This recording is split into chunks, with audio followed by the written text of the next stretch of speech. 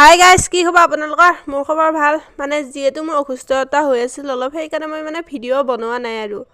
এতিয়া মাঘ বিহু উপলক্ষে খেল ধেমালি হৈ গ'ল দিনতে, আৰু এতিয়া ৰাতি আছে প্ৰগ্ৰেম। ব'লক যাওঁ প্ৰগ্ৰেম চাবলৈ। ভণ্টিয়ে নাচিব, সেইবাবে ময়ো যাবলৈ ওলাইছোঁ। ব'লক আপোনালোককো দেখাই যাওঁ।